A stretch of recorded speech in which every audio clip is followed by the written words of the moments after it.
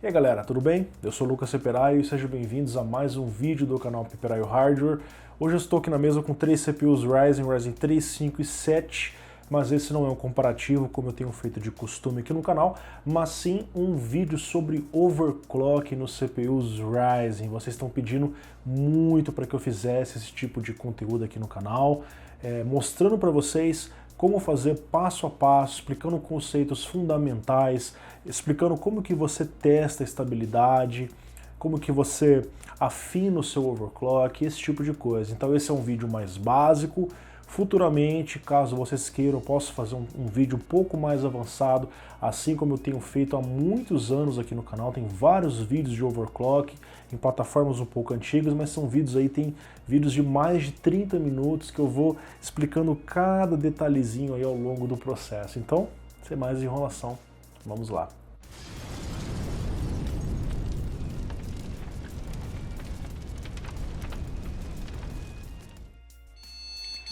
Conheço o dia a dia de uma assistência técnica especializada em reparos profissionais de placas de vídeo, placas-mãe, notebooks e tudo que envolve o mundo do hardware. Inscreva-se no canal GTech Informática aqui no YouTube.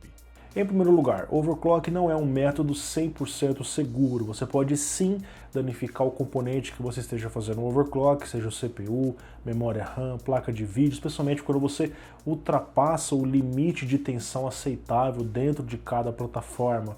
Então, siga esse vídeo por sua conta em risco. Antes de vocês aprenderem sobre o overclock, alguns recados muito importantes. Quando você aumenta a frequência do processador ou a tensão do processador, você faz com que esse processador consuma mais energia.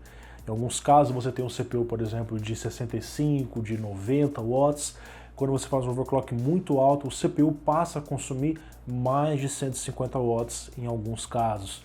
Então é preciso que você tenha uma fonte de boa qualidade e com folga para atender essa demanda extra. Eu vou deixar na descrição um site que faz um cálculo aproximado de quanto o seu hardware consome, qual fonte que eles recomendam para você. E a segunda dica relacionada a isso é fuja de fontes genéricas e tome cuidado com marcas duvidosas, pois existem projetos muito ruins que mal dão conta de atender a demanda de um computador comum de escritório. Imagine uma máquina gamer que você está fazendo overclock e exigindo mais da sua fonte. E quando você aumenta a frequência e a tensão, você também faz com que o CPU dissipe mais calor. Então é importante que você fique de olho na temperatura para ver se você pode manter o cooler padrão que acompanha os CPUs ou se você precisa investir em um air cooler ou em um water cooler selado, customizado de repente, aí seria um caso mais extremo. Os CPUs Ryzen de 65 watts de TDP acompanham um cooler box padrão, por exemplo, Ryzen 3, 1200, 1300X, Ryzen 5, 1500, 1500X, 1600 e Ryzen 7, 1700. Já os CPUs Ryzen de 95 watts não acompanham cooler, você precisa adquirir um cooler à parte. Esses cooler box são bons, o Stealth ele acompanha os CPUs um pouco mais simples e o Spire e RGB acompanham os CPUs um pouco mais robustos. De um modo geral, você consegue fazer overclock com esse cooler, especialmente se você não extrapolar muita tensão, mas é sempre importante ficar de olho na temperatura em softwares como o HW Monitor. Em alguns testes que eu fiz com CPUs um pouco mais exigentes em overclock com a tensão acima de 1.4 volts, eu tive experiências onde o CPU atingiu 90 graus muito rapidamente, aí já começa a ficar uma temperatura bastante preocupante. Então se você notar temperaturas muito altas no seu overclock, eu recomendo que você invista num air cooler ou num water cooler selado melhor que o cooler box padrão. Para overclock de CPU Ryzen você precisa comprar uma placa-mãe com chipset B350 ou X370, que é o melhor chipset nessa categoria, embora o B350 acaba sendo a minha recomendação pela sua relação de preço e performance. Você acha placas que fazem um bom overclock entre 450 a 500 reais e claro, acima disso você acha várias outras opções também. Eu não soube de notícias de placas B350 que não conseguiram fazer overclock, a maioria consegue, mas a minha recomendação é: escolha placas que tenham um dissipador no VRM, no circuito de alimentação, que já esquenta por padrão, mesmo que você não faça overclock. Com overclock ele fica muito quente. E quando você estiver rodando em overclock, você quer que a energia seja entregue da forma mais estável possível, sem V-drops, sem throttling no CPU, então é importante que você tenha esse dissipador no VRM da placa-mãe e também, é claro, é muito importante avaliar a quantidade e a qualidade das fases, embora a qualidade é bem difícil encontrar essa informação, especialmente no site do fabricante, que muitas das vezes nem a quantidade de fases ele informa, mas as placas B350, a maioria delas que eu tenho visto, tem trazido uma boa quantidade de fases que é suficiente para um overclock diário, nada extremo aí de 4.2, 4.5 GHz, que é uma coisa bem difícil cá entre nós na linha Ryzen, pelo menos no ar. E um último detalhe muito importante, como eu falei no início, toda a linha Ryzen é desbloqueada para overclock, desde o CPU sem o X, como o Ryzen 3 1200, Ryzen 5 1400, Ryzen 5 1600, por exemplo, até o CPU X, Ryzen 5 1600X, Ryzen 7 1700X e 800X, por exemplo. O que diferencia um CPU do outro é basicamente o clock e algumas das suas especificações e, obviamente, o preço. Por exemplo, o Ryzen 7 1700X tem um clock maior que o Ryzen 7 1700, mas ele custa bem mais caro. Então, cabe a você avaliar o custo-benefício. Eu diria para você que a versão X é mais interessante para aquele cara que vai colocar numa A320, que não faz overclock, ou o cara até vai comprar uma B350, mas ele não quer se preocupar com overclock, ele quer ter a melhor performance.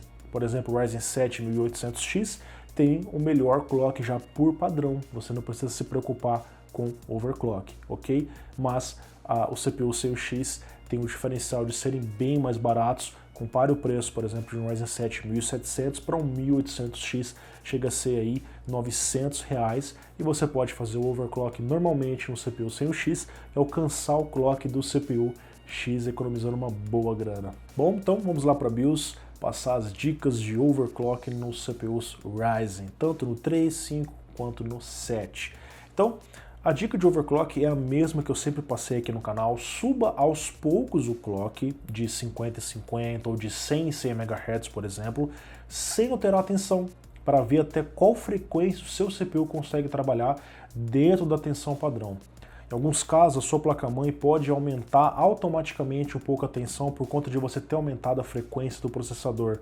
Essa tensão pode ser adequada ou não. Às vezes a placa-mãe joga uma tensão automática muito alta, deixando o seu CPU quente. Então você pode trabalhar em cima dessa tensão que a placa-mãe jogou, aumentando ela junto com o clock para encontrar um ponto ideal, ou reduzir essa tensão e procurando a estabilidade do seu CPU, mesmo com a tensão reduzida, a fim de diminuir a temperatura do seu processador naquele clock. Então você está aumentando a frequência aos poucos, sem mexer na tensão inicialmente, salva, reinicia a máquina, entra no sistema operacional e faça os testes. Faça testes em renderização, em jogos, navegação, no que quer que você vá usar a sua máquina. Um cara que vai fazer um benchmark, por exemplo, muitas das vezes o overclock não precisa estar 100% estável para ele rodar o benchmark, porque é um benchmark muito rápido. Mas o cara que vai ficar 3, 5 horas jogando, ele precisa de um overclock muito estável, porque uma travada, a máquina dá tela azul e você sai da sua partida online, por exemplo. Então, teste no seu dia a dia. Encontrou alguma instabilidade no seu overclock, deu um blue screen, volta na BIOS, você tem 2 passos a seguir agora.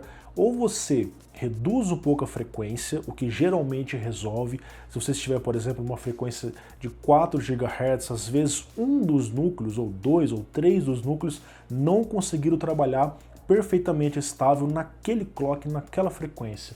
Então reduzir a frequência pode ajudar a estabilizar o seu CPU. Ou, se você ainda não estiver numa tensão muito alta, por exemplo, 1.45 volts, eu não acho legal. Eu recomendo que vocês trabalhem no ar até 1.4, 1.42, ficando de olho sempre na temperatura do CPU e na temperatura do VRM.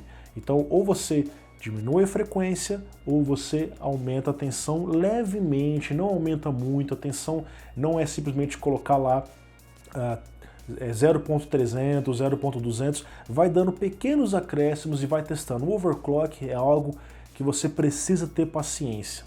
Não dá para encontrar a estabilidade perfeita em 5 minutos, em 10 minutos. Você precisa ir testando isso diariamente no seu objetivo até encontrar o ponto estável para o que você vai fazer. Particularmente, a dica que eu sigo quando eu encontro uma instabilidade no CPU é reduzir um pouquinho a frequência.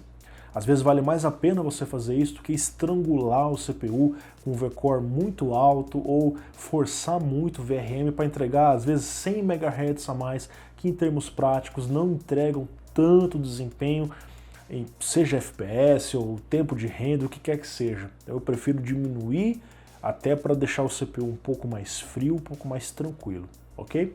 Se você tiver um problema da máquina não ligar depois de você fazer overclock, ou seja, a máquina não dá o boost, o que você faz?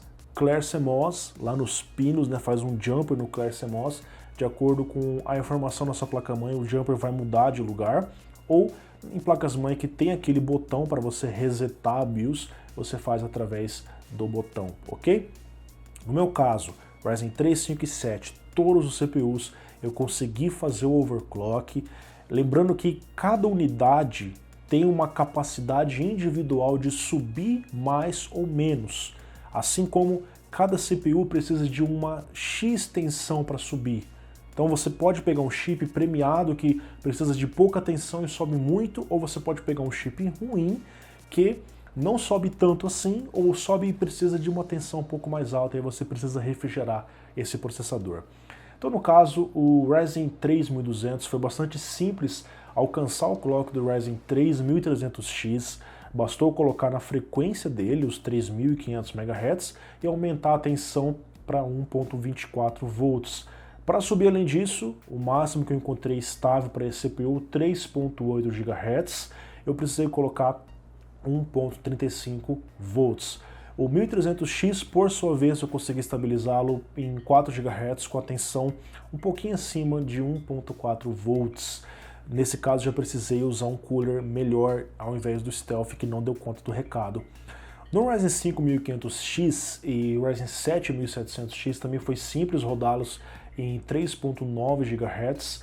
O limite estável para essas unidades foi esse. Alguns CPUs você consegue rodar 4, 4.1, mas não são todos. Eu apenas subi a tensão para 1.43 volts. Nas memórias eu geralmente ativo apenas o XMP para rodar no clock máximo delas. Até agora tem funcionado relativamente bem, mas nós sabemos que nem todos os kits funcionam na sua frequência máxima, mesmo ativando o XMP, por conta de instabilidades da plataforma. Às vezes o próprio módulo de memória não foi certificado para trabalhar naquela plataforma e não consegue. Caso você não se sinta à vontade alterando parâmetros avançados dentro da UEFI BIOS, tem um software da AMD chamado AMD Ryzen Master, onde você pode alterar isso via Windows, o que particularmente eu não gosto muito. Eu prefiro seguir mais o estilo antigo, tradicional, de ir pela UEFI BIOS e ter o controle preciso do que eu estou fazendo, ok? Mas tem essa opção. Aqui no canal eu tenho uma playlist de overclock que eu alimento ela há muitos anos, com dicas variadas, desde V-Core Fixed, Offset, Loadline Calibration, tenho dicas de overclock de memória RAM, explicando os times, como que os times funcionam, como que você aumenta os times de acordo com a frequência que você está aumentando. Apesar de serem vídeos antigos, para outras plataformas, no caso aí, por exemplo, Z77, Z97, até memórias DDR3, alguns dos conceitos são válidos hoje, pois a plataforma da AMD tem Loadline Calibration, tem esse tipo de coisa. Então eu recomendo que vocês assistam a esses vídeos também, ok? Dúvidas? Deixe nos comentários, se eu souber eu vou responder para vocês com o maior carinho. Deixe o seu like, compartilhe esse vídeo com um amigo que está interessado em saber mais sobre overclock na linha Ryzen. Eu espero que vocês tenham gostado. Um grande abraço a todos e até mais.